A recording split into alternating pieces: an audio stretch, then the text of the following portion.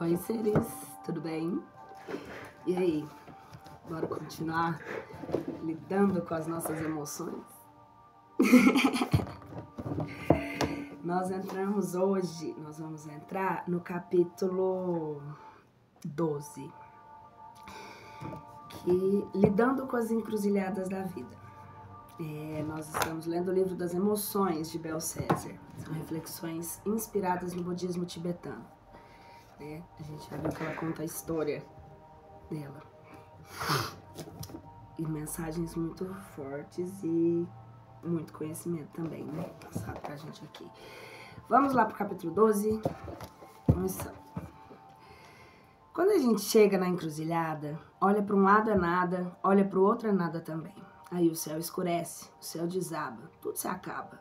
Só quando tudo está perdido na vida é que a gente descobre que na vida nunca tudo está perdido. Galho Seco, Zé Geraldo. Alguns momentos da vida nos colocam diante de possibilidades ainda novas para nós. Nós precisamos fazer uma travessia, passar de um estágio a outro, de um estado de coisas conhecidas a uma situação inteiramente diferente. Algumas dessas passagens possuem rumo certo. De adolescentes nos tornamos adultos, de solteiros nos tornamos casados e assim por diante. Cada um de acordo com a sua personalidade e condições, vive um roteiro já conhecido, apesar de ainda não ter sido vivido. Nesses momentos, costumamos buscar o exemplo de outras pessoas que fizeram as mesmas travessias para nos inspirar a viver melhor essas etapas. Mas existem passagens para as quais não temos onde buscar referências.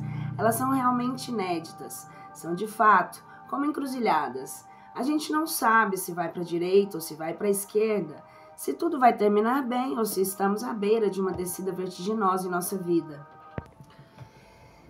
Nesses momentos, fica claro que temos que modificar as atitudes e hábitos muito arraigados. Quando estamos em uma encruzilhada sem saber para que lado ir, estamos no Paramita. A encruzilhada é um lugar importante no treinamento guerreiro. É onde os nossos sólidos pontos de vista começam a se dissolver. Prajnaparamita é a capacidade de desenvolver uma visão da realidade baseada na equanimidade para então cultivar a perfeição da sabedoria. A equanimidade refere-se à sabedoria de ficar no meio, com respeito aos extremos do sofrimento. Devemos cultivar uma mente aberta e inquisitiva que não satisfaz com visões limitadas e parciais. Certo é uma visão tão extremada quanto errado. Ambas bloqueiam nossa sabedoria inata. Nos momentos de encruzilhada, quando não sabemos que rumo a situação vai tomar, a melhor atitude é enxergar a cada instante exatamente o que temos à nossa frente. Se formos excessivamente otimistas, desconfiaremos intuitivamente da nossa própria atitude. Se formos demasiadamente pessimistas, teremos uma atitude derrotista que poderá nos prejudicar. O otimismo exagerado nos deixa arrogantes e o pessimismo em si mesmo nos impede de ver a luz no fim do túnel. Permanecer no meio para nos preparar para encontrar o destino do desconhecido sem temor. Quando estamos encurralados e sem saída, terminamos por nos questionar sobre o sentido de nossas vidas. Surgem então 3 perguntas fundamentais. Quem somos? De onde viemos? Para onde vamos? Estas são perguntas frequentes para aqueles que estão conscientes da transitoriedade da vida. Em geral, quando nós somos surpreendidos por situações que nos fazem reconhecer a nossa mortalidade, ou quando estamos de fato diante da morte, responder a essas perguntas irá nos ajudar a ampliar a visão sobre quem somos verdadeiramente. Do mesmo modo, respondê-la nos momentos de encruzilhada nos ajudará a ampliar a nossa visão de vida. Quando o espaço de tempo para responder a essas 3 perguntas é realmente curto, a nossa primeira mente surge para nos ajudar. A primeira mente é a nossa sabedoria intuitiva. É ela que irá nos indicar a saída quando estamos numa encruzilhada. Lama Gangchen sempre nos diz: quando você escuta sua primeira mente, siga. Quando você escutar. Jeremy Hayward, discípulo do mestre budista Chodjia Trungpa, nos orienta. Com excessiva frequência, desprezamos o primeiro pensamento. Achamos que é por demais tolo ou ofensivo. Temos de ser ousados para detectar o primeiro pensamento e segui-lo. O primeiro pensamento pode nos guiar a nossa vida quando confiamos. O primeiro pensamento é puro porque ainda não está contaminado pelo nosso hábito de duvidar. Ele é uma percepção direta do mundo como ele é. Por isso, na psicologia budista é chamado de condição do agora. Nesse sentido, quando temos a percepção correta da realidade, praticamos a primeira nobre verdade. Mas quando não queremos que as coisas sejam do jeito que estamos apresentando, começamos a sentir medo e evitamos olhar de frente. Negamos nossa primeira mente porque ela foi direta, nua e crua, e gostaríamos de viver mais um pouco a esperança de coisas que pudessem sair do jeito que queríamos que fossem. Todas as vezes que nos apoiamos numa realidade idealizada, estamos adiando o nosso processo de evolução. Perdemos a oportunidade de aprender algo com aquele desafio que fizemos de tudo para escapar. Em vez de interpretar o sofrimento com dor ou punição, podemos vê-lo como uma oportunidade de superá-lo. Quando não colocamos em dúvida a nossa percepção imediata da realidade, praticamos a primeira nobre verdade. Temos a percepção correta da realidade. No entanto, saber se estamos prontos para encarar o sofrimento é também um ato de sabedoria. Um ditado budista diz: só enfrente um inimigo quando você estiver mais forte do que ele.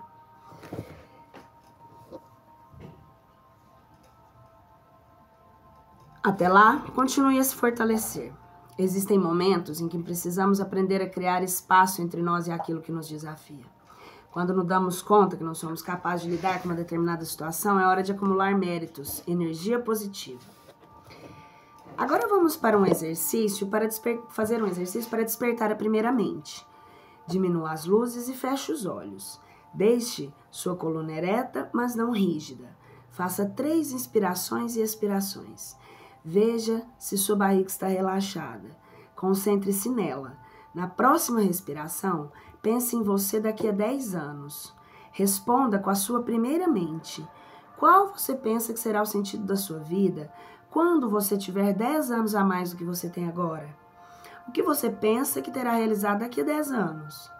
Na próxima respiração, concentre-se novamente na sua barriga e relaxe por algum tempo. Respire mais uma vez e agora pense se você tivesse só mais um ano de vida. Que sentido você daria para a sua vida? O que você ainda quer aprender sobre o amor nesse ano de vida? O que você quer realizar? Respire profundamente e leve toda a sua atenção para a barriga. Na próxima concentração, pense que ao terminar essa meditação, você irá morrer. Qual é o sentido que você dá para a vida agora mesmo? O que você aprendeu até hoje sobre o amor? O que você realizou nessa vida até agora? Respire profundamente, esfregue as mãos e coloque-as sobre o seu rosto. E quando sentir pronto, expire e abra os olhos. Quando faço essa meditação, sempre procuro dizer a mim mesma que se nesta vida eu não puder realizar meus projetos, isso não é um problema. Lembro que a minha dedicação em realizá-los é que me alimenta. Já me convenci que a chance de eu morrer com a sensação de que eu fiz tudo o que eu quis é pequena. Afinal, tenho tantos projetos. Se você não conseguiu escutar a sua primeira mente e ficou sem responder a essas perguntas, não se sinta estranho ou inadequado. A maior parte das vezes, para ir ao encontro com o que nos surge como genuíno e verdadeiro, temos de fazer grandes mudanças em nossas vidas. Quando nos confrontamos com algo que parece ser de fato o que queremos, temos de ter a coragem de abraçá-lo, isto é, de aceitar as mudanças que nossas escolhas acarretam. Quanto maior for o nosso potencial de aceitação frente à mudança, maior será a nossa capacidade de prosperar. A vida é a favor da mudança. Quem já não se surpreendeu com a consciência de que é de fato possível mudar radicalmente a sua vida? Quando encontramos algo que apresenta o que é autêntico e genuíno, amadurece em nós o impulso de segui-lo e, ao mesmo tempo, diminui o medo de lidar com as mudanças decorrentes dessa nova busca. Em geral, sabemos quando o pior já tiver passado. Iremos até agradecer pelo ocorrido, pois é somente ao enfrentar as dificuldades que fortalecemos nossa musculatura emocional frente à vida. Quando nos percebemos mais amadurecidos diante de situações que antes nos fragilizavam, surge em nós um sentimento autêntico de vitória e gratidão. No entanto, no momento da crise não há como evitar a dor. Como nós vimos no capítulo anterior, a quarta nobre verdade nos ensina como trilhar o nobre caminho óctuplo para eliminar as causas do sofrimento. Portanto, vamos refletir como percorrê-lo para lidar de modo curativo com a dor. O entendimento correto é o número 1. também chamado de visão correta, refere-se à sabedoria e à compreensão das 4 nobres verdades e da origem independente. Para aqueles que ainda possuem pouca experiência, a visão correta é a fé correta. A fé, segundo a psicologia budista, é o primeiro entre os 11 fatores mentais virtuosos que nos levam a manter a mente num estado positivo. A fé é, portanto, o estado mental raiz de todos os estados mentais virtuosos. Nos momentos de encruzilhadas, a nossa fé é testada. Somos tomados, mesmo que momentaneamente, por um estado de incerteza e de vacilação geral, geralmente associado a um declínio da fé nas possibilidades do que se apresentam. Quando nos encontramos sem saber para onde ir, nossa energia vital está diminuída. Nós temos força para praticar os métodos de autocura que já conhecemos como eficazes. No entanto, é o momento certo para continuar praticando, mesmo sem colher resultados imediatos. Certa vez, quando eu estava enfrentando um longo período de encruzilhada em minha vida, alguém me disse: este momento de meditação que você está praticando não deve ser bom ou você não sabe praticá-lo, senão estaria melhor. Senti o orgulho ferido. Aquilo me instigou a praticar com muito mais afinco. Eu precisava reagir. Compreendi que o problema não era o método, mas sim o fato de que estava praticando pouco em comparação com a gravidade daquela situação que gerou fé e força para me levantar novamente. Uma vez que não sabemos quanto tempo levaremos para voltar a ver o caminho no qual nos sentimos seguros em seguir, precisamos ter disponibilidade interna para continuar praticando os nossos métodos de autocura, sem nos basear em resultados imediatos. Ter fé é confiar que estamos criando causas positivas ao continuar cultivando uma mente virtuosa e que, portanto, o resultado positivo é garantido. A fé nos desperta o desejo de praticar. Por sua vez, o desejo gera o esforço de continuar praticando. A intenção correta, número 2. Também chamado de resolução correta ou pensamento correto, que procede da ação ou fala. Um pensamento correto é compassivo, por exemplo. Infelizmente, quando estamos diante de uma encruzilhada, nossa capacidade de pensar ela acha-se perturbada, e assim as nossas ações em busca de luz acabam gerando mais sombra. É, portanto, hora de parar de simplificar e ser natural. A simplicidade é sempre condição de abertura. Ser simples e natural é uma atitude através da qual podemos nos manter abertos para receber a cura. Que nos sirva de exemplo. Ter uma pessoa que nos sirva de exemplo é muito importante. Nos momentos de dúvida, o melhor é inicialmente não agir. Não devemos refletir antes como nosso mestre ou pessoa que admiramos. Muito, ele reagiria naquela... Peraí, vou voltar. Devemos antes refletir sobre como nosso mestre ou uma pessoa que admiramos muito reagiria naquela situação.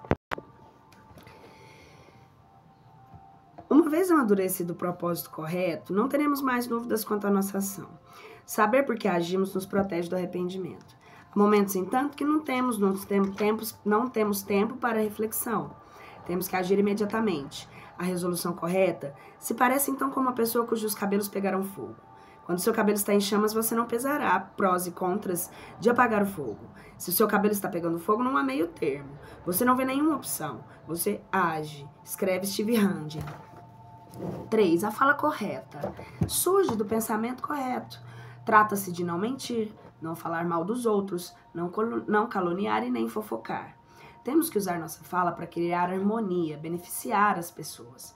No entanto, quando estamos sob pressão, sem saber para onde ir, usamos a nossa fala como uma arma de defesa.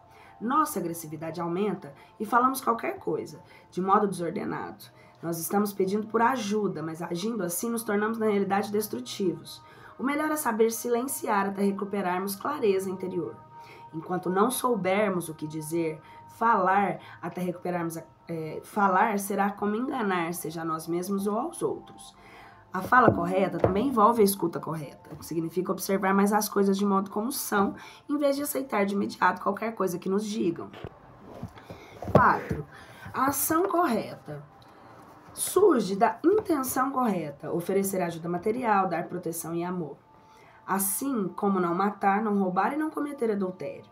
A ação se torna correta porque resulta de um pensamento que superou o egocentrismo e está de acordo com a interdependência. Em outras palavras, é uma ação na qual você se vê separado dos outros. Mesmo estando numa encruzilhada, podemos dar um bom exemplo, isso é, Servir de inspiração para aqueles que nos acompanham naquele momento de crise. São os momentos de pressão que realmente revelam o nosso caráter e integridade. Manter os nossos princípios de honestidade e lealdade em situações de crise é altamente organizador. Sentimos-nos alicerçados e protegidos por nossa própria postura interna. O modo de vida correto. Os nossos hábitos cotidianos expressam nossa consciência do outro e do meio ambiente. No nosso modo de viver, deve levar em consideração outros seres e formas de vida, a dignidade própria e o respeito aos demais, estejam eles presentes ou façam eles parte do passado ou das futuras gerações. Favorecer sustentabilidade e melhor qualidade de vida. A vivência de estar num beco sem saída nos desconecta com a certeza da continuidade. Buscamos soluções imediatas para encontrar o alívio quanto antes. No entanto, mesmo sem poder prever o rumo de nossa vida, precisamos nos manter dignos para com o nosso corpo, palavra e mente. A certeza da continuidade torna-nos responsáveis por sabermos que teremos de abraçar as consequências positivas ou negativas de nossas próprias ações. Os momentos de crise nos ajudam a refletir e saber o significado de nossas ações. Podemos reavaliar quanto tempo e energia vital dedicamos a situações descartáveis que apenas nos consomem ao invés de gerar e acumular energia positiva. Os momentos de crise são também oportunidades para mudarmos nosso estilo de vida e adquirir hábitos mais saudáveis. Se não temos condições de gerar benefícios, já será um grande passo nos abstermos de ações que nos causam danos, sejam para nós mesmos ou para os outros.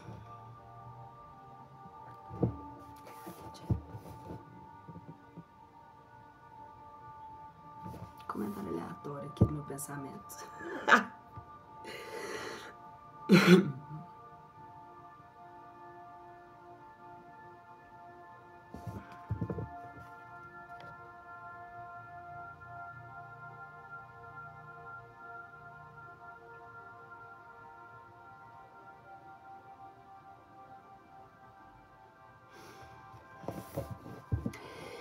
Seis, o esforço correto. Trata da dedicação constante para gerar benefícios e prevenir o que traz prejuízos. O esforço é uma atividade voluntária. A perseverança resulta da capacidade de ver os benefícios de uma ação em longo prazo. Esforço sem perseverança cansa. O importante é saber sempre para onde vamos e por que nos esforçamos. Foi o que Lama Gangchen Rinpoche disse em frente à stupa do Borobudur. Éramos mais de 100 pessoas começando uma longa caminhada em torno do monumental mandala de pedra na Indonésia, às 5 da manhã. Sono, calor, sede, cansaço físico deixam de ser obstáculos quando sentimos que estamos fazendo algo positivo. Em outra oportunidade, estando na mesma situação, Lama Gangchen nos disse: para fazermos coisas negativas, não temos preguiça, mas para realizarmos as positivas, precisamos de muita força de vontade. Em situações difíceis, temos muitas vezes que tolerar o intolerável. Nos momentos em minha vida em que tive que suportar situações críticas e dizer a mim mesma: agora, é difícil, mas vale a pena em passar por isso, pois esta situação me levará a um futuro melhor. Sempre me ajudou. De fato, hoje, eu sou grata pelos esforços que eu soube gerar nessas situações. A concentração correta é o número 7. Concentração nos mantém focados em nossos próprios propósitos e princípios. Do ponto de vista budista tradicional, significa manter constante atenção à impermanência, ao sofrimento do não-eu, ao sofrimento e ao não-eu. É preciso termos consciência do movimento de nossa mente quando temos uma emoção, seja positiva ou negativa. Em vez de nos identificarmos ou nos apegarmos ao pensamento que surgiu, devemos encará-lo como ele realmente é, ou seja, algo transitório. Assim, nesses momentos, podemos simplesmente pensar, como nos diz Lama Gangchen Rinpoche, aí vem mais um pensamento e não precisamos reagir a ele.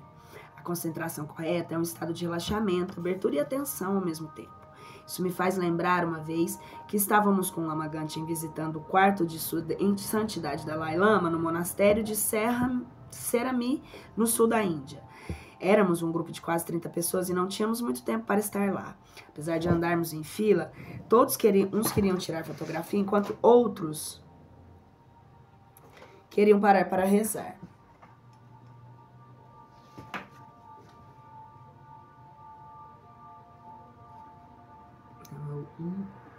Deixa eu descer um pouquinho. Jesus. Nem um pouquinho, não desce? Desce. Nossa, pra melhorar, né? Tá ótimo. Pode virar aqui, que tá ótimo. É a luz. Uns queriam parar para de fotografia, enquanto outros para rezar. Em certo momento, Lama Gante percorreu velozmente a fila, dizendo inúmeras vezes em voz baixa: Kick and relax. Isso é, rápido e relaxado. Guardo suas palavras até hoje em minha mente e procuro ouvi-las novamente quando necessito agir de modo rápido, porém sem tensão. Nos momentos de crise, é importante reconhecer a natureza impermanente da própria crise. Por maior que seja o nosso sofrimento, ele também é impermanente. A meditação correta. Manter a mente calma e concentrada para permitir a manifestação da sabedoria completa e verdadeira, a partir da qual surgem os pensamentos e ações corretas. Os estados meditativos trazem a mente distraída de volta ao foco. Meditação para momentos difíceis. Esta é uma meditação muito útil nos momentos de encruzilhada. Primeiro, familiarize-se com o silêncio e sinta a sua própria energia interior. Aproveite cada expiração para soltar a sobrecarga interior. Agora invoque à sua frente uma forte luz ou imagem de um ser sagrado com o qual você sabe que pode contar nesse momento. Considere que essa luz ou este ser é apenas um fruto da imaginação, mas sim com a sua conexão e fonte curadora. Relate todas as suas preocupações. Quando sentir que já expressou todas elas, abra-se para receber a cura. Visualize raios de luz que saem do coração do ser sagrado e penetram no topo da sua cabeça como um bálsamo purificador, que rapidamente preenche todo o seu corpo de luz, purificando instantaneamente suas preocupações e sofrimentos. Por algum tempo, concentre-se nessa sensação de estar com seu corpo totalmente preenchido de luz. Observe as sensações de calor que surgem a fazer essa visualização. Elas indicam que a mente assimilou as bênçãos dessa prática. Aos poucos, o seu corpo de luz diminui até se transformar num único ponto, que é atraído para o centro do seu coração. Uma vez consciente de sua calma interior, determine-se a cultivar esse estado mesmo depois de abrir os olhos. Agradeça pela cura recebida e compartilhe a energia positiva com todos que estejam precisando dela. Por fim, dedique todas as energias positivas acumuladas nessa meditação à longa vida de todos os mestres e daqueles que ajudam o caminho espiritual. Capítulo 13. Quando ser feliz é saber não sofrer desnecessariamente. A dor é inevitável, o sofrimento é opcional.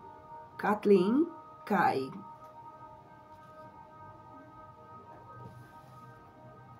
Né? Aqui nós temos outro poeta, né, que fala isso. Segundo os ensinamentos tibetanos, os cavalos dividem-se em 4 categorias. Os excelentes, quem nem precisam ser tocados para seguir uma ordem, pois já se movem com a sombra do chicote. Os bons, que se movem com uma leve chicotada, e os medíocres, que não se movem enquanto não sentirem dor da chicotada. Finalmente, os péssimos, que esperam a dor da chicotada penetrar até o meio dos ossos para então se moverem. Quando não se identifica com uma dessas 4 categorias no modo como leva... Quem não se identifica com uma dessas 4 categorias no modo como leva a vida, infelizmente muitos de nós sofrem além do necessário para aprender a não repetir os mesmos erros que causam sofrimento. Sofremos não porque somos ruins e merecemos ser punidos com as chicotadas da vida, mas sim porque não reconhecemos a causa verdadeira da nossa dor. A verdadeira causa da nossa dor é a ignorância sobre a independência dos fenômenos. Quando percebemos que tudo está interligado, podemos aprender a lidar com fenômenos positivamente. Meditar, visualizar imagens que curam, recitar mantras, rezar ou ficar em silêncio são métodos eficazes para purificar a nossa mente de seus hábitos negativos. Porém, se o praticarmos com a intenção de anestesiar o sofrimento, para não precisarmos entrar em contato com ele, estaremos agindo como um carro atolado no barro. Quanto mais se tenta mover suas rodas, mais preso fica. Isso é, quanto mais negarmos a verdadeira causa do nosso sofrimento, mais preso neles estaremos. Como vimos, existem 2 formas ordinárias de sofrimento. O sofrimento intrínseco à vida consciente e o sofrimento causado pelas tentativas de evitá-lo e fugir dele. Ao tentarmos negar o sofrimento que é intrínseco à vida, que o sofrimento é intrínseco à vida, nós estamos tornando isso mais intenso. Então, nós temos que deixar os sentimentos irem e virem.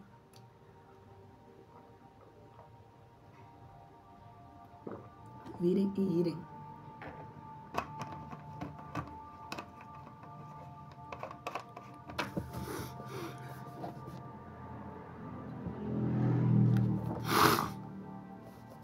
Sofremos desnecessariamente toda vez que evitamos reconhecer que o sofrimento existe e que neste exato momento estamos sofrendo.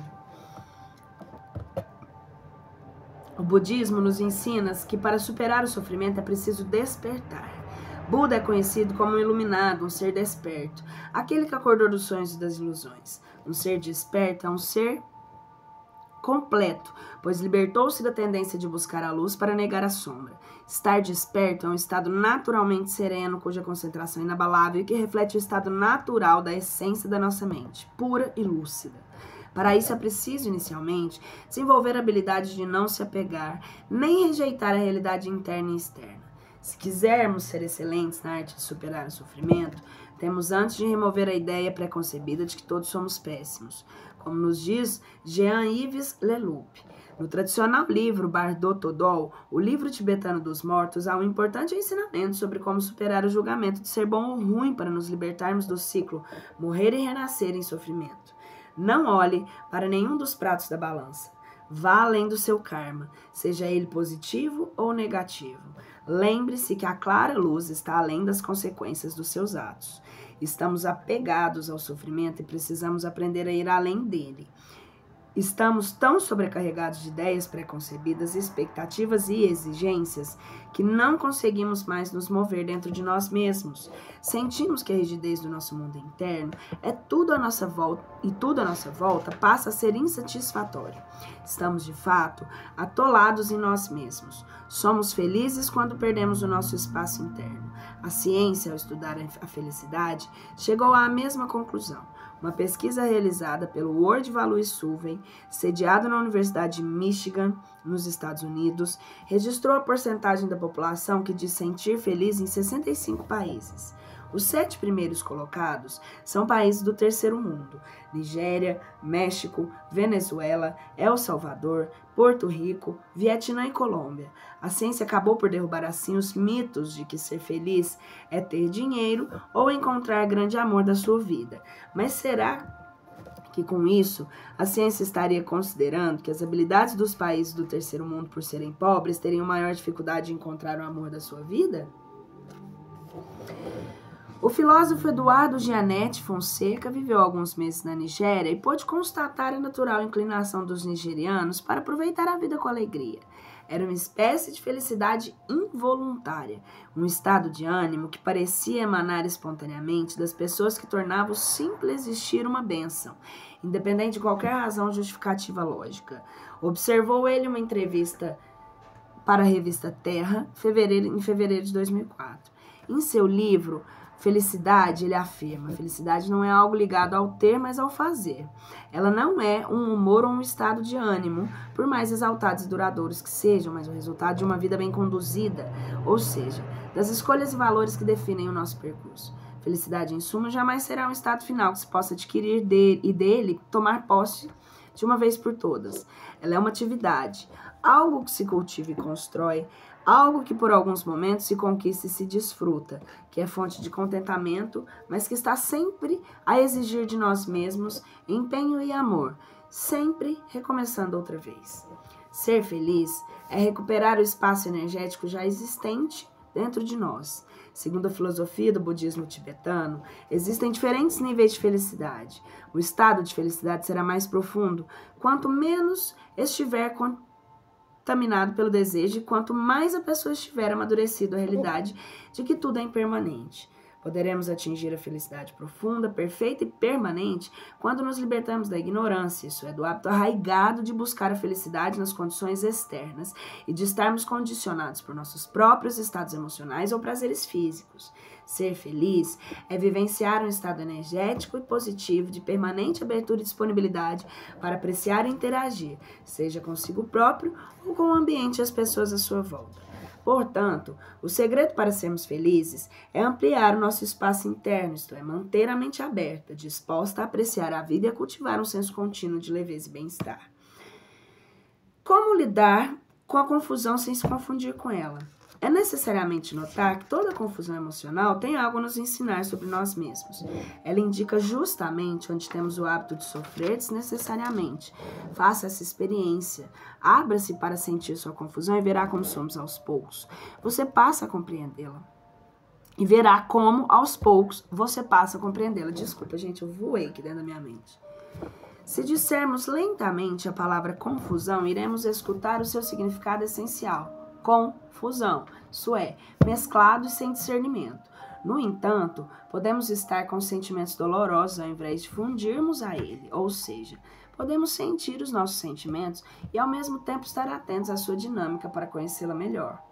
Ao compreendermos que não somos uma sensação, podemos senti-la em segurança até que ela gradualmente diminua a sua intensidade e se dissolva totalmente. Teremos a dor emocional porque temos medo que ela jamais termine. Entender que o sofrimento em si é permanente nos ajuda a atravessá-lo. Por isso faz parte do processo de purificar o sofrimento da consciência de que ele em si não é eterno.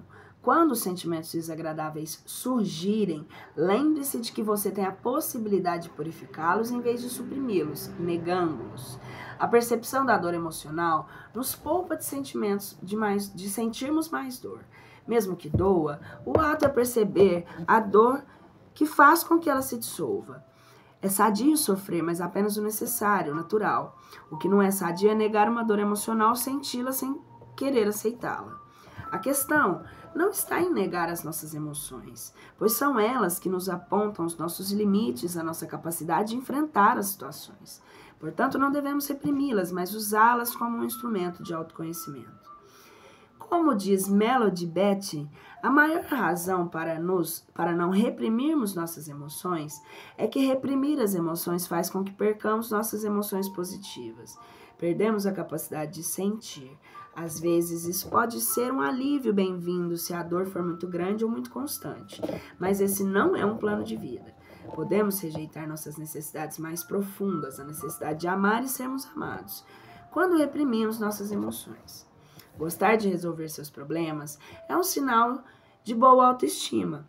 A determinação de sair de um problema provoca um estado de alegria interno. Gwelek Rinpoche disse certa vez: o primeiro passo para sair de um problema é criar uma forte determinação e de ficar livre dele. Essa determinação deve ser feita quando ainda se está preso ao problema. Felicidade e infelicidade sempre andam juntas. Ao escutar a nossa tristeza, ela nos informa que estamos precisando fazer por nós mesmos para sermos felizes, isto é, que energia precisamos gerar. Podemos lidar positivamente com a nossa dor se nos aproximarmos dela com a intenção de curá-la. Assim, aos poucos, criamos uma nova estrutura interna que nos permite lidar com a dor e continuar crescendo. Essa estrutura interna é fortalecida todas as vezes que abandonamos uma atitude mental de vítima ou de auto-rejeição. A maneira com que lidamos com a dor emocional pode nos ajudar a gerar energia para sair do sofrimento causado por ela. Como colocar um fim à dor emocional? Podemos localizar em nossa vida fases em que uma dor emocional permanece instalada em nós por um longo período, 1 ano e meio, pelo menos. Vamos dormir sabendo que ao acordar sentiremos a mesma dor no peito. Geralmente isso ocorre quando vivemos algo maior que a nossa capacidade de elaborar. A meta de transformar o sofrimento em autoconhecimento faz com que nos sintamos íntimos da nossa dor, tão próximo dela que às vezes sentimos pena de deixá-la. Eu me lembro claramente a primeira vez que senti nostalgia por perceber que uma dor emocional estava para acabar. Cheguei a perguntar para Geshe Sherab: será que sem essa dor eu continuarei aprendendo tanto quanto aprendi ao senti-la? Ele riu e me respondeu: você não precisa chamar a dor para evoluir. Pode ter certeza que sempre haverá sofrimento suficiente para aprender algo com ele. Quando a mente não está sobrecarregada com uma dor intensa, ela pensa melhor. Se estivermos sofrendo pela mesma dor há muito tempo, nós devemos identificar o momento de nos desapegarmos dela. É necessário sentirmos a dor enquanto ela nos ajudar a aprender mais a nosso próprio respeito. Ou seja, enquanto ela representar uma forma de ampliarmos a nossa visão acerca de nós mesmos. Parece óbvio que ninguém deseja se apegar à dor. Na realidade, porém, desapegar-se dela talvez seja um dos nossos maiores desafios. Aceitar a necessidade de abandonar um padrão emocional, mesmo que ele implique um sofrimento, pode ser tão difícil quanto aceitar a morte de um ente querido, pois nós sentimos como se perdêssemos algo de nós mesmos. Em ambos os casos, devemos aprender a fazer o luto. Como escreve Christine Longecker, o processo de recuperação da nossa dor pode nos ajudar a viver de maneira mais plena e apreciar cada dia e cada pessoa como uma dádiva insubstituível. No luto, devemos pôr fim, nos desapegar da pessoa que se foi. No entanto, podemos manter o seu amor conosco. Não somos abandonados na perda. Podemos nutrir nossas memórias de amor e permitir que o amor continue fluindo na nossa direção. Do mesmo modo, quando nos separamos de um padrão emocional dolorido com o qual convivemos por tantos anos, devemos manter a consciência de sua importância em nosso processo de autoconhecimento, uma forma de gratidão pelo aprendizado. Sogyal Rinpoche sugere um contato com a natureza como um potente método de pôr fim à dor. Um dos métodos mais poderosos que conheço para aliviar e dissolver um sofrimento é ir para a natureza e contemplar uma cachoeira, em especial, deixando que as lágrimas e a dor saiam de você e o purifiquem como a água que flui. Pode também ler um texto tocante sobre a impermanência ou sofrimento e deixar a sabedoria em suas linhas trazer-lhe consolo. Aceitar a dor e pôr-lhe fim é possível. Houve um período em que me dediquei a fazer estátuas de gesso das divindades sagradas, conhecidas como no budismo bodhisattvas, para me desapegar de um longo período de dor. Originalmente, as estátuas eram feitas de barro. Esta é uma prática budista milenar para acumular méritos, isso é, energia positiva, purificar as marcas mentais negativas. Em seus métodos de meditação e autocura, o budismo lida com elementos tanto nos seus níveis grosseiros como sutis e muito sutis. Assim, o nosso planeta, outros planetas, montanhas, rochedos, solos, cristais, pedras preciosas, metais, minerais, meteoritos e poeira cósmica formam o elemento terra externo. Os elementos terra internos, sutis do nosso corpo são os nossos ossos, dentes, músculos, unhas, carnes, átomos e células. Podemos identificar a qualidade sutil do elemento terra em nossa mente. Ela surge em nossa capacidade de sustentar as experiências mentais, como ter paciência e tolerância em frente a situações difíceis e manter a concentração. Em sua devoção, a Terra sustenta sem exceção todas as coisas boas e más. A forma muito sutil da energia do elemento Terra e também dos outros elementos encontra-se em nosso chakra do coração, no vento muito sutil de energia de vida. Sogdzin. O Sogdzin é muito sutil e contínuo. O Sogdzin muito sutil é o contínuo mental. Isso é, nossa mente muito sutil que sobrevive à morte. O Sogdzin é a base física, porém muito sutil, que contém nossos registros kármicos, marcas mentais. Por isso, ao darmos uma forma sagrada ao elemento terra externo, neste caso, usando o gesso, estaremos purificando as marcas mentais que são sustentadas pelo elemento terra interior. Nesse sentido, fazer tsattsas é uma arte-terapia profunda. Não estamos apenas acalmando a mente, estamos purificando-a. Na época em que me dediquei a essa prática, já estava convencida que necessitava desapegar-me da dor, mas somente através dela encontrei um método eficiente para exercitar meu desapego. De qualquer forma, é preciso ter a sua própria experiência para conhecer os efeitos dessa prática. Quando adquirimos a consciência de que nosso apego à dor tornou-se algo como lamber mel numa faca afiada, estamos prontos para renunciar ao hábito de sofrer. No Ocidente, em geral, associamos a ideia de renunciar com abrir mão de algo, o que significa fazer algum sacrifício. No entanto, a renúncia é o primeiro dos 3 aspectos fundamentais dos ensinos budistas, seguida da compaixão e da visão pura. Na psicologia budista, renunciar a algo é uma atitude que traz felicidade e liberdade. Quando nos familiarizarmos com certa dor, tornamos-nos dependentes dela para sentirmos seguros. Muitas vezes, assim nos sentimos alegres, passamos a sentir insegurança. Quem já não disse para si mesmo a frase: é bom demais para ser verdade. Eis porque preferimos a dor, sentimos-nos infelizmente seguros com ela. A intensidade da dor de uma emoção possui um tempo que lhe é próprio, mas que também tem seu fim. Se ela continuar presente depois de um tempo prolongado, é porque estamos invocando em demasia. É melhor pararmos de invocar essa dor e abrirmos-nos para o desconhecido e perguntando-nos: como serei sem esta dor? Lama Gangchen Rinpoche nos alerta: Estamos profundamente habituados a essas respostas emocionais negativas, que por esse motivo surgem já quase espontaneamente a partir das causas muito pequenas. Desperdiçamos tempo demais nos preocupando obsessivamente com os nossos problemas emocionais. Motivados por nossas ilusões mentais, cometemos várias ações positivas e negativas, que mais tarde servirão apenas como causas de mais sofrimento samsárico e escuridão interna. Sofrimento sansárico ou sansara refere-se ao ciclo infinito e descontrolado de morte e renascimento, ao qual estaremos presos enquanto nossa mente estiver poluída. Se quisermos mudar, teremos de começar a fazer algo diferente em nosso dia a dia. O poder de decisão de sair de uma dor surge com a percepção de que estamos sofrendo desnecessariamente. Precisamos então treinar a reconhecer o nosso bem-estar para tomar decisões baseadas na alegria. Quando aceitamos o fato de que podemos experimentar conscientemente nossa dor, então estaremos prontos para nos libertar dela. Finalmente, romperemos o hábito de autocomiseração e estaremos aptos para sermos felizes.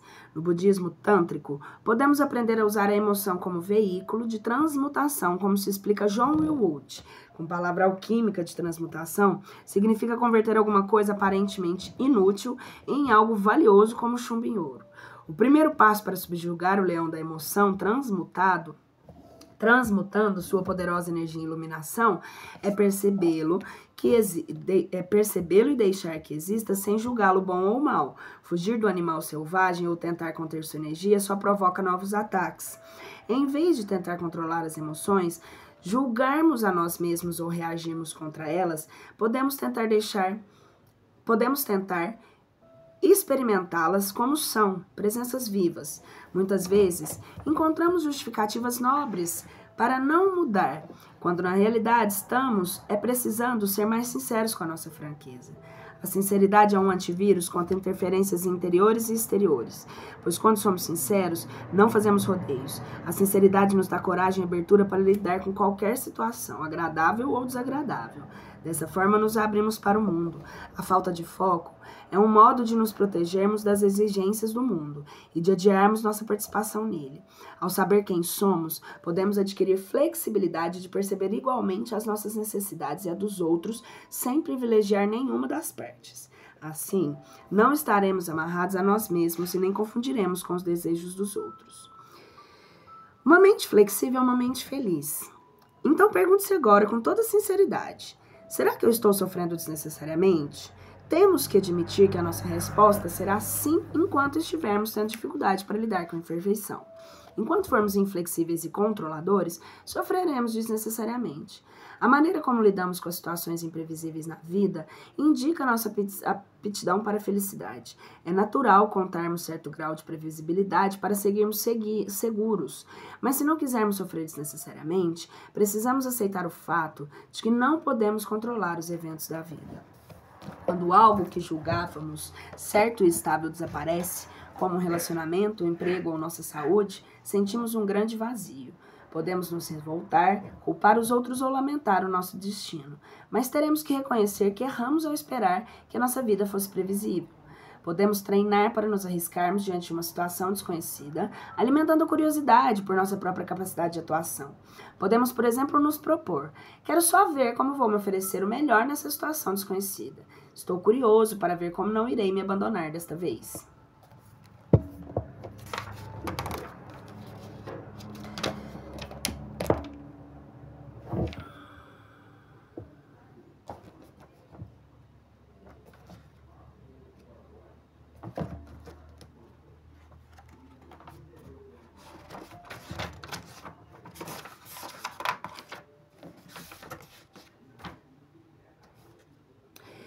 Eu voltei para ver se eu não tava doida, porque aqui colocou capítulo 16, depois do 13, ó. Eu acredito que era X1V, né? Não era? Então assim, eu sou ruim. Isso é um sinal de que eu entendi o negócio. Vamos ler mais um capítulo, enquanto acho que dá tempo. Capítulo 14. Quem não conhece a desagradável sensação de estar irritado? 24 horas por dia, tem dia. Não permita que a sua impaciência o afaste do seu compromisso com a verdade. Sogyal Rinpoche, o livro tibetano do viver e do morrer. Muitas vezes, nós nem nos damos conta do momento em que começamos a nos irritar. E, de repente, os nossos músculos se tornam tensos, sentimos-nos abafados em nosso próprio corpo. Surge em nós a necessidade de nos movermos e extravasar algo contido e não expresso. A irritação é energia mal parada, mal elaborada e mal direcionada. Nos tornamos impacientes, intolerantes à frustração, aos ruídos e aglomerações. Nossa mente fica oprimida sem espaço, abafada. Sentimos calor e palpitações no coração. Qualquer estímulo surge como uma provocação. Queremos distância, espaço e tempo. Na irritação, o sistema nervoso está acelerado e somos facilmente influenciados por energias desagradáveis e destrutivas. Uma vez irritado, o nosso corpo transpira mais, gerando um odor desagradável, que emite a mensagem ameaçadora: perigo à vista, afastem-se de mim. Quando estamos sob o domínio da irritação, tornamos-nos insensatos, não dizemos coisa com coisa ou até mesmo passamos a nos contradizer. Em geral, quando estamos irritados, ficamos menos empáticos e temos dificuldade de aceitar as opiniões diferentes da nossa, o que aumenta o nosso problema de relacionamento. Por exemplo, escutamos alguém nos dizer algo e antes mesmo de compreender o sentido do que foi dito, reagimos de maneira explosiva, respondendo com insultos ou até violentamente. A irritabilidade é um conjunto de emoções associadas por semelhanças. Costumamos dizer: fulano, aquela coisa me irrita porque me lembra cicrano quando. A pessoa ou situação que nos irrita de verdade indica onde guardamos uma grande porção de energia reprimida. Representam a nossa sombra, isso é, tudo que negamos em nós mesmos. A sombra diz respeito àquilo que consideramos inferior em nossa personalidade e também àquilo que negligenciamos e nunca desenvolvemos em nós mesmos. Segundo a psicologia junguiana, a sombra reprimida e relegada ao inconsciente torna-se um potencial de energia. Energia essa que vem à tona sob a forma de projeção. É como contar um bode expiatório sobre o qual projetamos toda a culpa e que não reconhecemos como nossa. Reconhecer nossa sombra é um grande passo para o amadurecimento emocional e espiritual. À medida que a sombra se faz mais consciente, recuperamos parte de nós mesmos previamente reprimidas. Ao nos apropriarmos de nossas partes desconhecidas, passamos a desenvolver autoconfiança e capacidade de autodomínio. Portanto, se aceitarmos a irritação como uma oportunidade de autoconhecimento, vamos observar o que nos irrita com uma nova disposição. Não nos sentiremos mais vítimas de nossa própria irradiação, mas sim empenhados em saber mais sobre nós mesmos. Como Dugpa Rinpoche diz: olhe cada pessoa que encontres como se ela estivesse te trazendo um grande segredo. A irritação é uma reação à sobrecarga do passado. Emoções impostas ou reprimidas na infância fazem parte do bolão de nossa irritação. Quando crianças, muitas vezes o que dizíamos não era considerado ou sequer ouvido. Agora, quando nos expressamos e alguém nos trata com displicência e falta de atenção, sentimos novamente a sensação de estarmos falando sozinhos. E isso nos faz nos sentir muito irritados. A irritação é, portanto, um subproduto de uma forma de pensamento, que, por sua vez, sustenta um sentimento de carência. Quando irritados, nós nos sentimos mal amados e sem capacidade de dar amor. Quando irritados, não gostamos de ser acariciados e nem temos a disposição para abraçar quem gostamos. Quando a irritação se instala, somos tomados por um sentimento de urgência que faz nossa mente ficar acelerada e nos tornamos reativos, arredios. No entanto, precisamos acelerar a mente para compreender o que se passa em nosso interior. A irritação passará na medida em que compreendermos a sua mensagem subliminar. Se escutarmos com honestidade os nossos próprios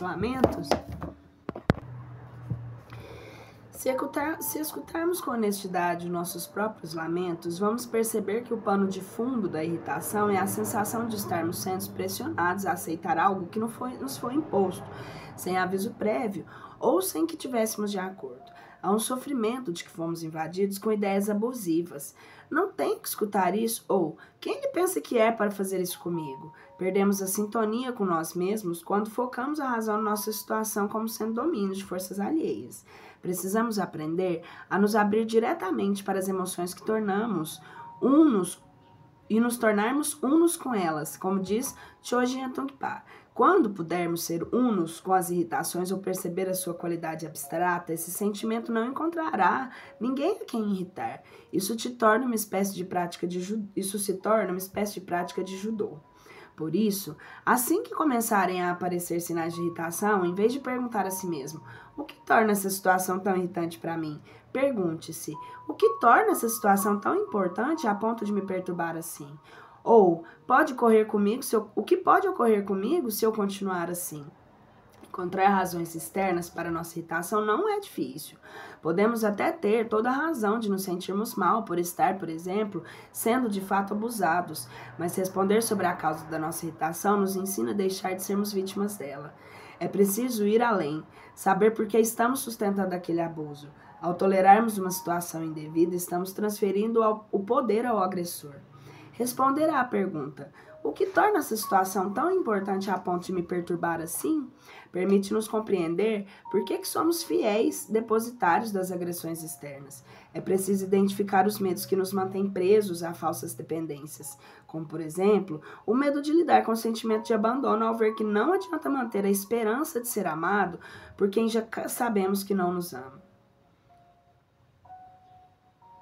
Nesse caso, ao responder: o que pode ocorrer comigo se eu continuar assim? Você poderá admitir que está perdendo tempo e energia a nutrir essa falsa esperança. Como diz a astróloga Márcia Matos, vale a pena abandonar quem nos abandona. Não podemos controlar situações exteriores, mas podemos controlar como nossa mente irá reagir a elas.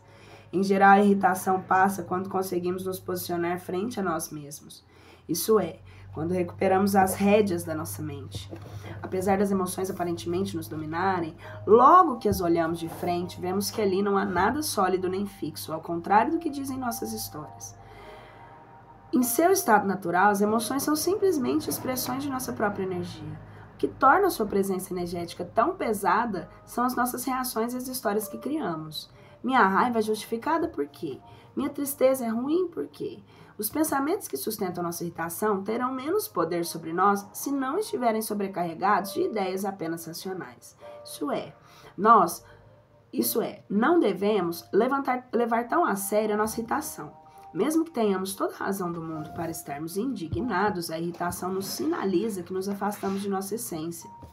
Considerarmos nosso bem-estar interior como mais importante do que o peso da pressão externa, algo mágico ocorre. Conseguimos rir de nós mesmos. Isso acontece porque nos conectamos com a realidade do nosso próprio paradoxo.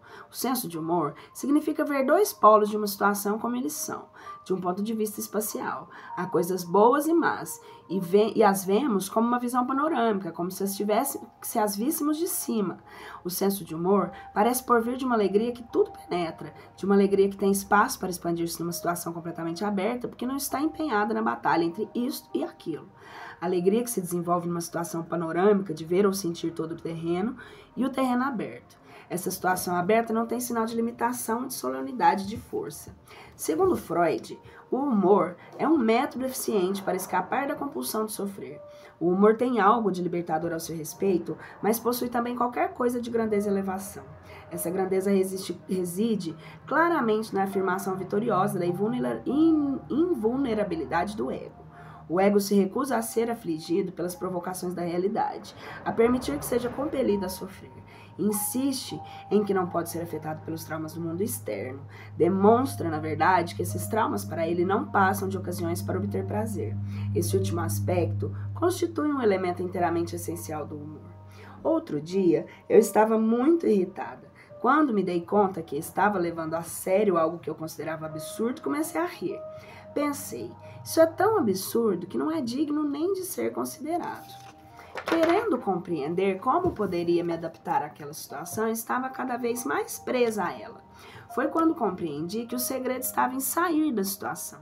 Encontrei uma solução totalmente nova, na qual pude me desconectar da situação que me irritava. A indignação nos prende à irritação.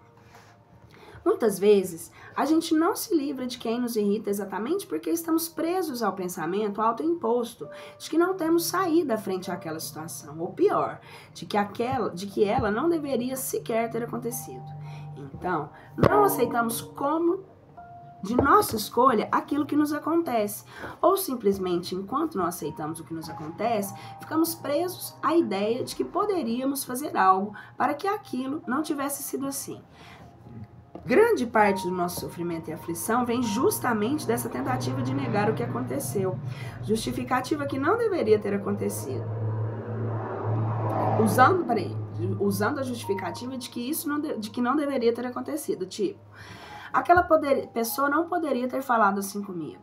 Aquele carro não poderia estar estacionado ali. Enfim, em vários de nossos motivos, a irritação se baseia na suposição de que algo está errado.